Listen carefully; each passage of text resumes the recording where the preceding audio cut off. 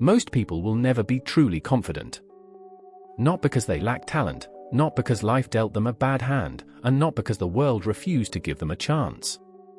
They will never be truly confident because they are waiting for permission, waiting for the right moment, waiting for enough evidence that they are finally worthy of believing in themselves.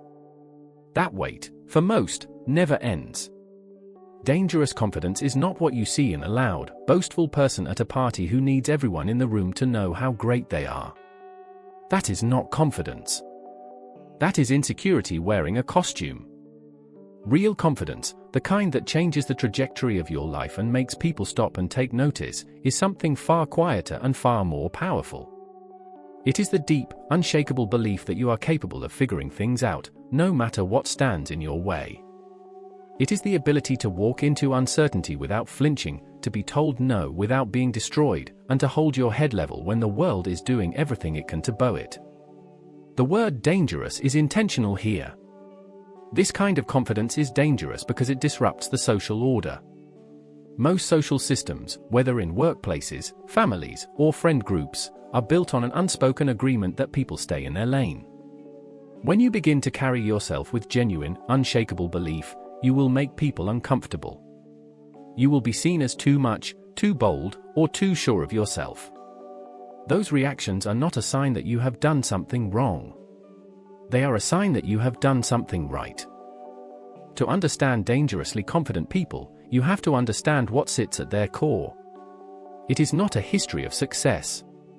Many of the most confident people in the world have resumes full of failure. What they have, instead, is an identity that is not dependent on outcomes. They do not need the promotion to feel worthy. They do not need the applause to know their work has value. They have divorced their sense of self from the verdict of others, and that divorce is the most liberating thing a human being can do. This is why dangerous confidence is rare. Building it requires you to stop outsourcing your self-worth to people and circumstances that were never qualified to hold it in the first place. It requires a level of internal honesty that is genuinely uncomfortable. You have to look at every place where your confidence is conditional, where you only feel good about yourself when things are going well, and begin the slow, deliberate work of making it unconditional instead. That work is not easy. But nothing that fundamentally changes who you are ever is. Confidence is not a personality trait you are born with. It is a skill, and like every skill, it is built through repetition, intention, and a willingness to be uncomfortable for long enough that the discomfort eventually stops feeling like a threat. The people you admire for their boldness did not wake up one day transformed.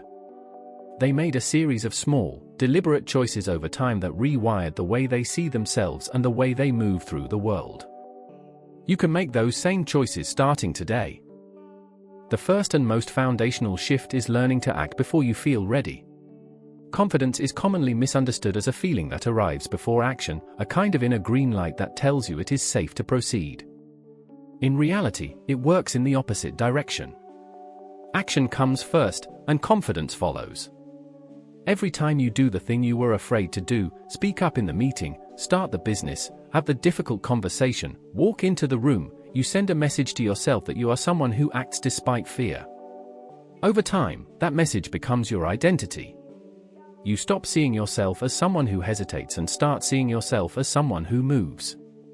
That shift in self-perception is the engine of dangerous confidence.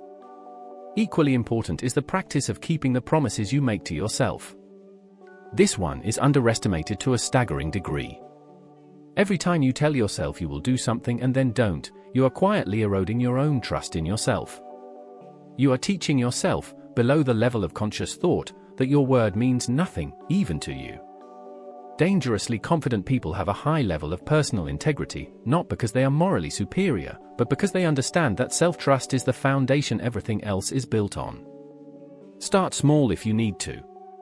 Tell yourself you will wake up at a certain time and do it. Tell yourself you will finish the task and finish it.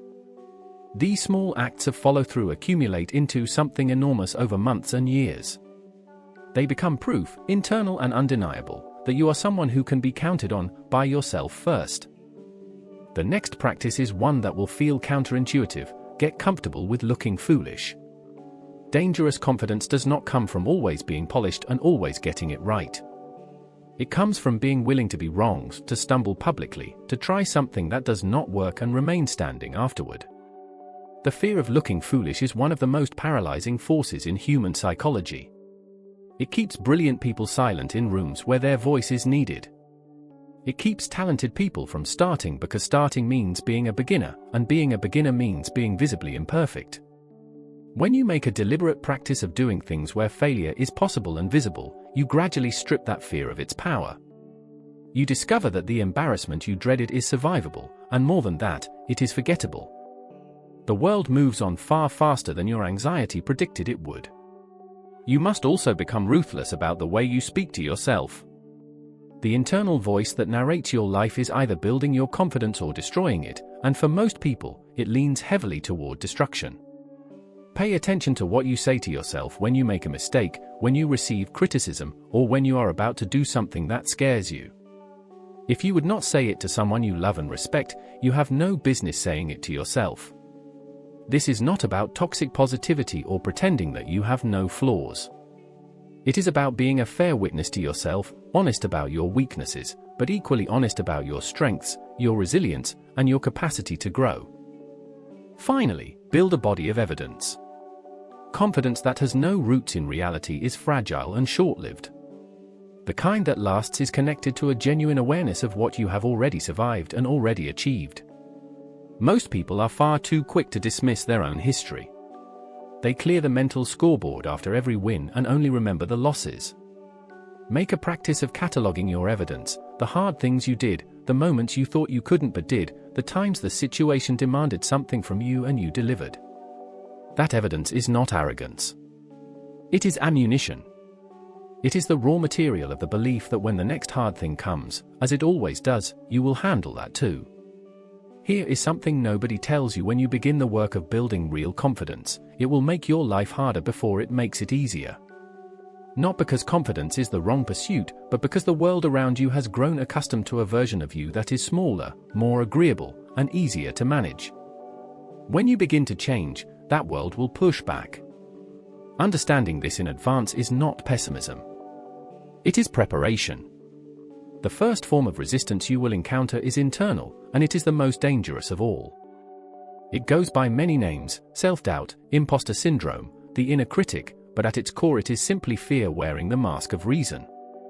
It will not announce itself as fear. It will announce itself as logic.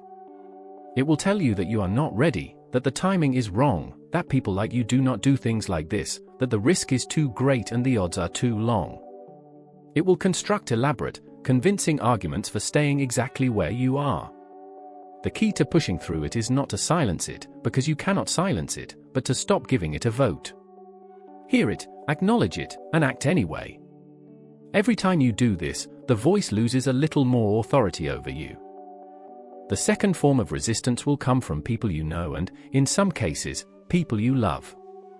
When you begin to carry yourself differently, when you stop shrinking in conversations, when you start saying no to things that do not serve you and yes to things that scare you, some people will find it unsettling.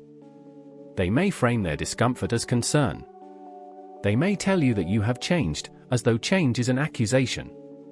They may subtly or not so subtly work to pull you back to the version of yourself they were more comfortable with. This is not always malicious. Often it is simply human. People build their understanding of who you are over time, and when you disrupt that understanding, it creates friction. Your job is not to manage their discomfort for them. Your job is to remain steady, to treat them with kindness, and to keep moving forward regardless. There is also the fear of success itself, which sounds absurd until you sit with it long enough to recognize it in your own life. Dangerous confidence, when it begins to produce real results, brings real visibility. It brings higher stakes, greater responsibility, and the very real possibility that people will now expect things from you consistently. For many people, the prospect of that visibility is more frightening than failure ever was. Staying small has a kind of safety to it. Nobody expects much from you, and therefore nobody is watching closely enough to see you fall. Stepping into your full confidence means stepping out of that safety, and the exposure can feel unbearable at first. The only way through it is to reframe what exposure means. Visibility is not vulnerability. It is the natural consequence of doing something worth noticing. It means you have arrived somewhere real. Perhaps the deepest fear of all, underneath all the others, is the fear that if you truly back yourself and give everything you have, it still will not be enough. That fear is the reason so many talented people hold back a piece of themselves in everything they do. If you never fully commit, you never have to fully find out. But a half-committed life is its own kind of failure, slower and quieter than the kind you were trying to avoid, but far more suffocating. Dangerous confidence requires you to make peace with the possibility of genuine, wholehearted failure. Not because failure does not hurt, but because a life lived at full capacity, even one that stumbles, even one that falls, is infinitely more alive than one spent hedging.